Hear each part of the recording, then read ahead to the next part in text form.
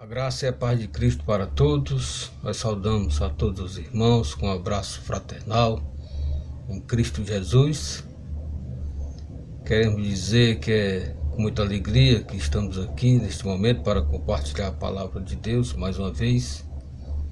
Embora que se fosse da nosso desejo, gostaríamos mesmo de estar na igreja, no templo, onde ali nós temos do púlpito a oportunidade de ter um contato maior com os irmãos, com aqueles que ouvem a palavra de Deus, de modo que por força dessa quarentena, nós, por força do nosso ofício, sentimos também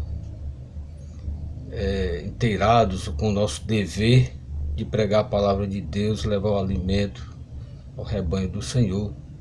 De qualquer forma, nós também sentimos esse privilégio, porque através desse meio de comunicação, também a palavra de Deus pode ser transmitida a outras pessoas, além daqueles que se congregam conosco na igreja ali em Veneza Tropical.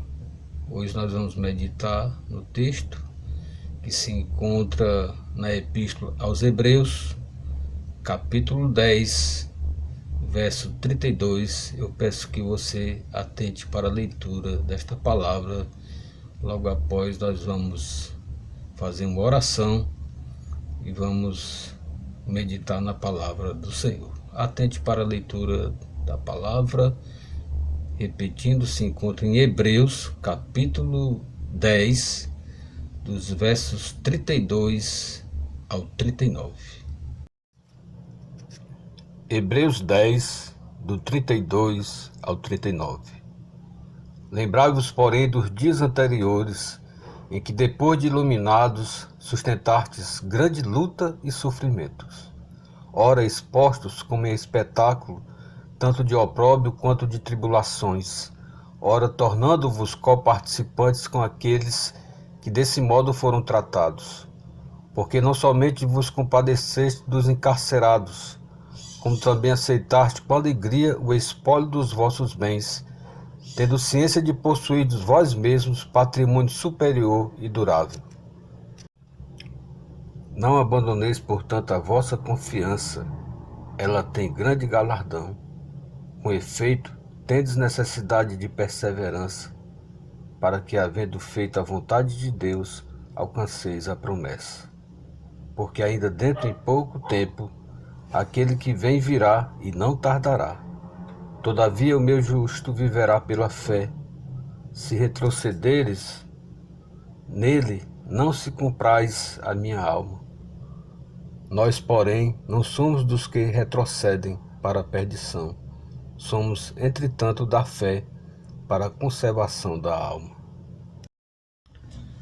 Oremos ao Senhor. Senhor nosso Deus e Pai, te agradecemos pela leitura da tua palavra, que é alimento para nossas almas. Pedimos a iluminação do teu Santo Espírito para que venha nos esclarecer, que venha nos fortalecer, nos dar entendimento, de modo que a tua palavra encontre guarida nos nossos corações e assim possamos crescer na graça do Senhor Jesus Cristo, no qual nós te oramos hoje e para sempre. Amém.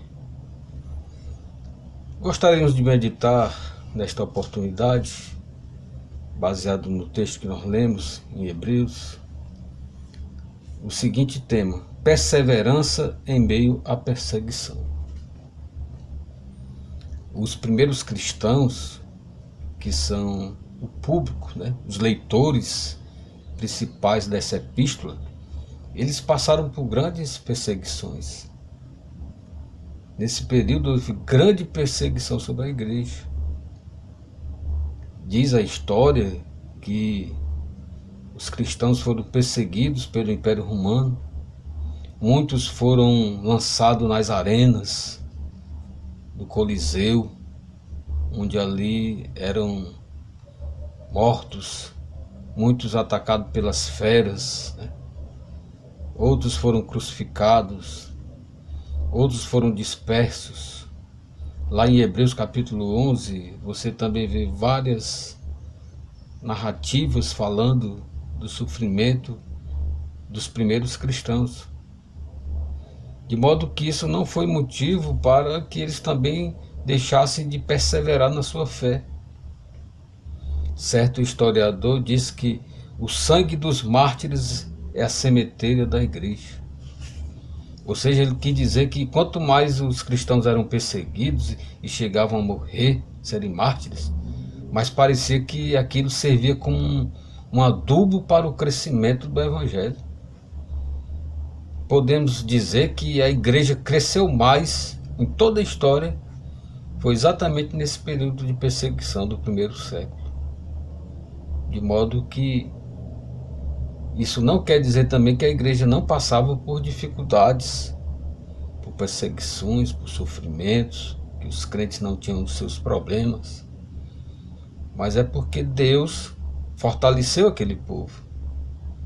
De modo que aqui no texto que nós lemos, o meio principal pelo qual Deus fortalecia, além de terem o Espírito Santo, era através da palavra, das exortações da palavra de Deus, através dos apóstolos, daqueles que cuidavam do rebanho, que levavam essa palavra. E aqui o autor aos Hebreus também leva essa palavra de encorajamento, de orientação, a que o povo permanecesse. Um dos principais objetivos da Epístola aos Hebreus é exatamente esse: fortalecer o povo, a que ele não se afastasse dos caminhos do Senhor, independentemente das circunstâncias. De modo que nós queremos meditar nesse texto, perseverança em meio à perseguição. Nós vivemos hoje esse período de pandemia, essa pestilência que ataca e assola toda a humanidade. É uma perseguição, é uma tribulação, o crente passa. Já na história também, já houve outros momentos em que o povo de Deus passou por diversas tribulações, de modo que é através dessas dificuldades que também Deus nos traz orientações imprescindíveis para o fortalecimento do seu povo. De modo que nós queremos tirar aqui pelo menos 3 lições com relação ao comportamento e o que o autor dos Hebreus observava naqueles irmãos, que eles deveriam continuar daquela maneira, olhar para aquelas orientações, para aquelas lições, para aquelas experiências, de modo a que eles permanecessem firmes na palavra de Deus. A primeira lição que nós tiramos aqui, amados irmãos, do texto, que o autor tenta passar também para aqueles irmãos, é que eles recordassem das experiências passadas, que eles olhassem para o que Deus já tinha feito na vida deles. Veja o que ele diz aqui nos versos 32 e no verso 33. Lembrai-vos, porém, dos dias anteriores, em que depois de iluminados sustentaste grande luta e sofrimentos. Verso 32. O autor está dizendo, olha, vocês olhem para o que aconteceu no passado. Aqui, segundo os historiadores, o livro de Hebreus foi escrito mais ou menos no ano 80 depois de Cristo, de 80 a 90. Ali já tinha passado por várias perseguições à igreja. Vários irmãos já tinham sido mártires. Mas a igreja tinha subsistido, tinha perseverado. Como diz o próprio Senhor Jesus Cristo, que as portas do inferno não prevaleceriam contra a igreja. E o autor chama atenção para aquela igreja que também agora estava passando por tribulações, que diga, olha, vocês olham para o passado, olha para o que Deus já fez para o seu povo, para vocês.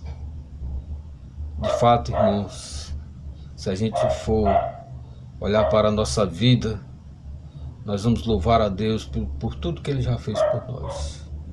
Por quantos livramentos, por quantas bênçãos, por tanta força Ele nos deu nos momentos difíceis que nós passamos. Agora, o que nos chama a atenção também aqui no texto é que ele diz: quando foi que isso aconteceu? Ele diz: lembrai-vos, porém, dos dias anteriores, em que depois de iluminados sustentastes grande luta e sofrimento. Depois de iluminados, depois de ter conhecido a palavra de Deus, a verdade, depois de ter os olhos abertos para a verdade das Escrituras, depois de ter sido nascido de novo através do Espírito Santo, de modo que o próprio Senhor Jesus Cristo diz que não veio trazer a paz, mas sim a guerra. Depois que a gente se converte, a gente passa por dificuldade. Lá em João capítulo 15, nosso Senhor Jesus Cristo, para exortar aos seus discípulos, ele fala que, embora que estejamos no mundo, mas nós não somos do mundo. Nós procuramos viver de acordo com a vontade de Deus, não de acordo com a vontade do mundo. E no momento que nós passamos a manter firme essa convicção, qualquer que seja o crente, vai passar por dificuldade. Aí ele diz assim, João 15:19: se vós fosseis do mundo, o mundo amaria o que era seu. Como todavia não sois do mundo, pelo contrário, dele vos escolhi, por isso o mundo vos odeia. Então o que o autor dos Hebreus está dizendo aqui, depois que foste iluminados, ele vai dizer assim: enfrentar-te, sustentar-te grande luta e sofrimento. Essa expressão aqui, grande luta, é uma expressão grega que significa grande batalha. É uma expressão militar. É como se a gente tivesse uma luta mesmo, uma guerra. Você pode ter noção de uma guerra agora, nesse período de pandemia. Não é igual como na Segunda Guerra Mundial, mas nós estamos passando por uma guerra. Nós estamos enclausurados nos nossos lares, nós estamos com medo, nós estamos seguindo determinadas regras, de modo que o autor aos Hebreus está dizendo é que nós, confiantes em Deus, fundamentados na experiência de fé, de que Deus já nos deu vitória sobre outras batalhas, outras guerras, que nós permaneçamos firmes, olhando para tudo que Deus já fez na nossa vida. A nossa luta não é contra carne nem contra sangue, são contra os principados e potestades deste mundo tenebroso nas regiões celestiais, como diz lá em Efésios capítulo 6, verso 12. De modo que nós não estamos numa batalha como na Segunda Guerra, usando armas, mas nós estamos numa batalha espiritual. Somos tentados a esfriarmos na fé, somos tentados a duvidarmos das coisas, somos tentados a nos enfraquecer diante da falta de paciência para com as coisas. Somos tentados a não confiar na providência de Deus, de modo que a palavra de Deus está dizendo é que nós possamos continuar firmes, perseverantes, sabendo que Deus já nos livrou e continuar nos livrando. Ele diz ainda no verso 33, ora expostos como em espetáculo, tanto de opróbrio quanto de tribulações, ora tornando-vos coparticipantes com aqueles que desse modo foram tratados, porque não somente vos compadeceste dos encarcerados, como também aceitastes com alegria o espólio dos vossos bens. Ele aqui, no verso 33 e 34, ele vai falar das coisas que aconteceram. dos cristãos que foram lançados no Coliseu e ali foram mortos pelas feras. E ele diz assim: vocês não estavam lá, mas participaram, vocês sofreram junto com os irmãos. Ele vai falar de muitos que perderam seus bens. Espólios aqui são os bens que foram tomados durante uma guerra. Nos casos aqui, quando eles se convertiam, muitos dos crentes perderam seus bens, mas que eles suportaram com alegria aquilo, de modo que eles deveriam estar firmes nessa sua convicção. Interessante que ele diz aqui: como também aceitar com alegria o espólio dos vossos bens. Eles aceitaram com alegria. Isso foge totalmente dessa teoria da prosperidade, né? Que hoje se prega por aí, que você, sendo crente, Deus vai lhe abençoar prosperamente, você vai ter riquezas, vai ter propriedades, e Deus não vai tirar os seus bens, nada vai lhe acontecer. Não. Nós estamos sujeitos sim a perder as coisas, a perder os nossos bens materiais.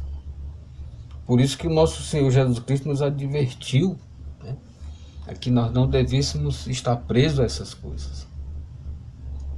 Mas eles aqui sentiam alegria até de perder os seus bens pela fé. Isso leva-nos a nós meditarmos no segundo ponto, que é a fonte que os mantinha firmes nessa convicção. Está no finalzinho do verso 34. Tendo ciência de possuirdes vós mesmos patrimônio superior e durável. O que é que levava aqueles crentes a enfrentarem essas dificuldades, a se conformarem com a perda dos seus bens? A palavra de Deus diz aqui: é porque eles tinham ciência de possuir patrimônio superior e durável. Eles tinham na sua mente que o que eles tinham, a sua herança, era superior. Eles não estavam confiantes nas coisas terrenas, nas coisas materiais, mas nas coisas celestiais. Nosso Senhor Jesus Cristo disse que nós não devemos estar confiantes, apegados às coisas materiais. Aqui, Mateus capítulo 6, verso 19 ao 21, ele vai dizer assim: não acumuleis para vós outros tesouros sobre a terra, onde a traça e a ferrugem corrói, e onde os ladrões escavam e roubam. Mas ajuntai para vós outros tesouros no céu, onde traça nem ferrugem corrói, e onde ladrões não escavam nem roubam, porque onde está o teu tesouro, aí estará também o teu coração.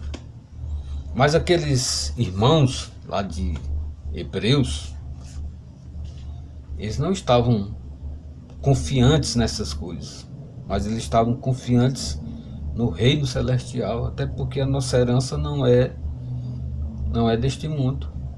O apóstolo Pedro, escrevendo lá na sua primeira epístola, no capítulo 1, do verso 3 e 4, ele diz: bendito o Deus e Pai de nosso Senhor Jesus Cristo, que segundo a sua muita misericórdia nos regenerou para uma viva esperança mediante a ressurreição de Jesus Cristo dentre os mortos, para uma herança incorruptível, sem mácula, imarcessível, reservada nos céus para vós outros. A nossa herança está reservada nos céus, não aqui na terra. E os autores e os leitores da Epístola aos Hebreus, os crentes daquela época, eles tinham essa convicção.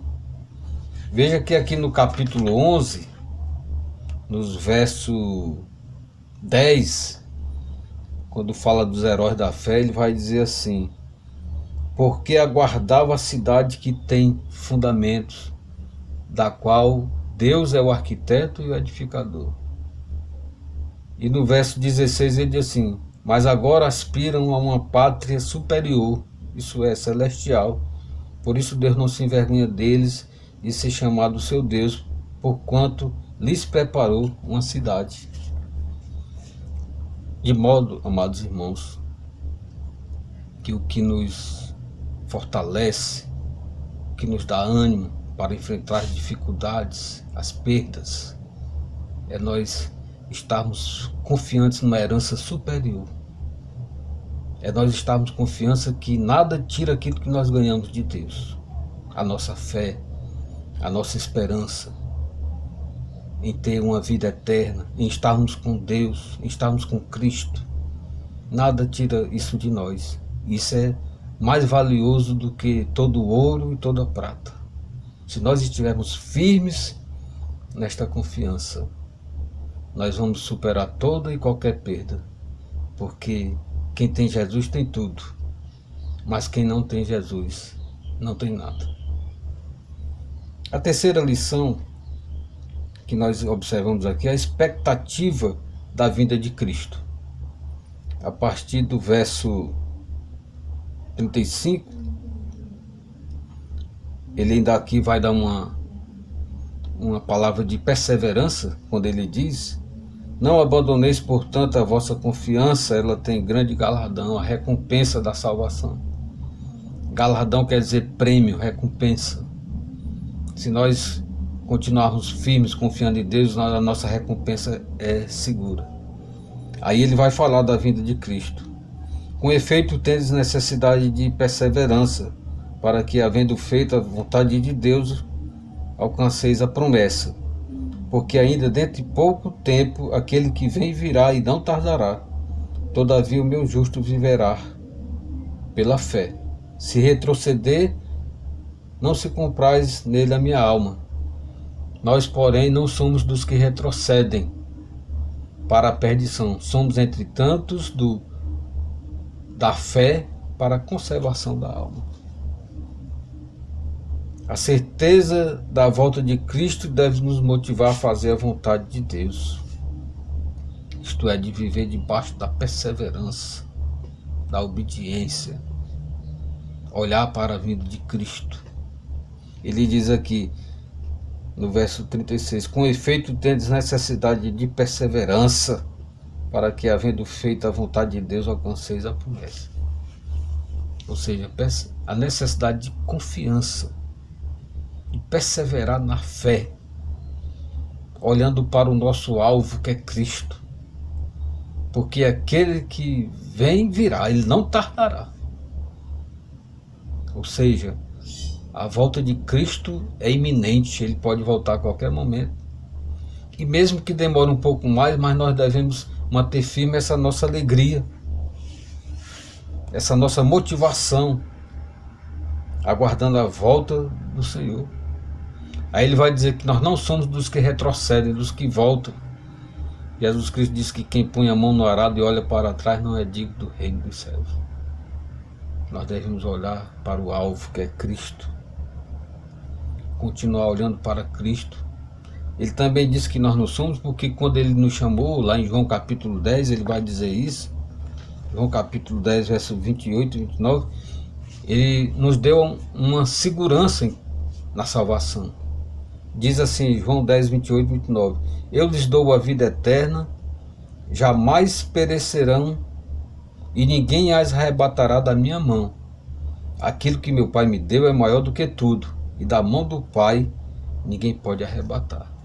Nós não somos dos que retrocedem, porque nós estamos firmes na graça de Deus. E uma vez que Ele abençoa alguém, uma vez que Ele derrama sua graça sobre alguém, nunca jamais Ele tirará. De modo que o que a palavra de Deus está dizendo aqui é que nós devemos ter esta firmeza, essa segurança diante das tempestades, diante das tribulações, diante de qualquer dificuldade. De que uma vez salvos, Deus nos manterá salvos na sua graça. Ele nos dará força, perseverança, porque Ele sabe que nós precisamos. E nós devemos buscar essa perseverança também na palavra de Deus. Concluindo, amados irmãos, passamos por muito sofrimento neste mundo. Muitos crentes sofrem. Não pense que não tem crente sofrendo. Tem. No mundo todo. Há crentes morrendo. Há crentes, pastores sendo perseguidos, missionários. A doença, ela não escolhe religião. A doença pode cair sobre qualquer pessoa. Há muitos crentes que trabalham na área médica, nos hospitais, na área da saúde, que hoje estão passando por tribulações, vendo pessoas morrendo e sem poder fazer nada ou muita coisa. Isso se constitui de um sofrimento. De modo que nós, tendo a força de Deus, as orientações da palavra de Deus, nós podemos suportar essas dificuldades. Basta que nós tenhamos os princípios fundamentais no nosso coração, que é confiança de que Deus está no controle de todas as coisas, de que Ele vai providenciar os meios necessários para nos manter firmes. Confiança também de que os nossos maiores tesouros, ou o nosso maior tesouro, não está aqui na terra. Aquilo que nós mais almejamos, os nossos bens, não são daqui. A nossa pátria é celestial. É claro que nós precisamos dos recursos para vivermos, sobrevivermos aqui nesse mundo, mas o nosso coração não está nessas coisas. Se perdermos tudo, ainda assim mesmo nós estaremos firmes, porque nós acreditamos num reino superior. Outra coisa que nos motiva é saber que um dia Cristo virá nos buscar e nós estaremos para sempre com Ele. Como Ele mesmo disse: não se turbe o vosso coração, credes em Deus, crede também em mim, pois vou preparar lugar. E quando eu for, buscarei, para que onde eu estejais vós também. Creia nisso. Que Deus conforte o seu coração e lhe dê força para superar toda e qualquer dificuldade. E com certeza, em Cristo Jesus, nós seremos vitoriosos nesta batalha. Amém? Que Deus vos abençoe. Oremos. Senhor nosso Deus e Pai, te agradecemos pela tua palavra que vem nos confortar. Te agradecemos pela tua graça, tua providência para com nossas vidas, os quais nos mantém firmes nos teus caminhos.